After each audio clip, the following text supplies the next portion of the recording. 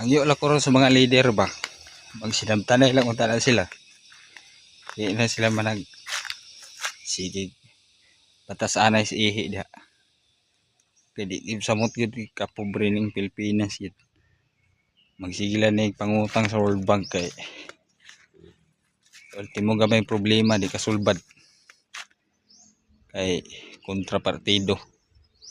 Oh, so kanya hayra ang Pilipinas, yatak-yatakan lang sa lain nga nasod kay ultimong nagpuyo sa Pilipinas, nagawayan kay nagpalabaw og 15 gamhanan nila.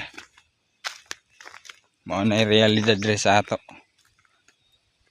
Munang kamo pag hinahinay na mong usab sa sinuhang batasan kay para doon na pamoy kanang gingon pa nga maabot sa inyong kinabuhi puhon kay ganahan ra ba mo anang politika ngayon gisudlan karon.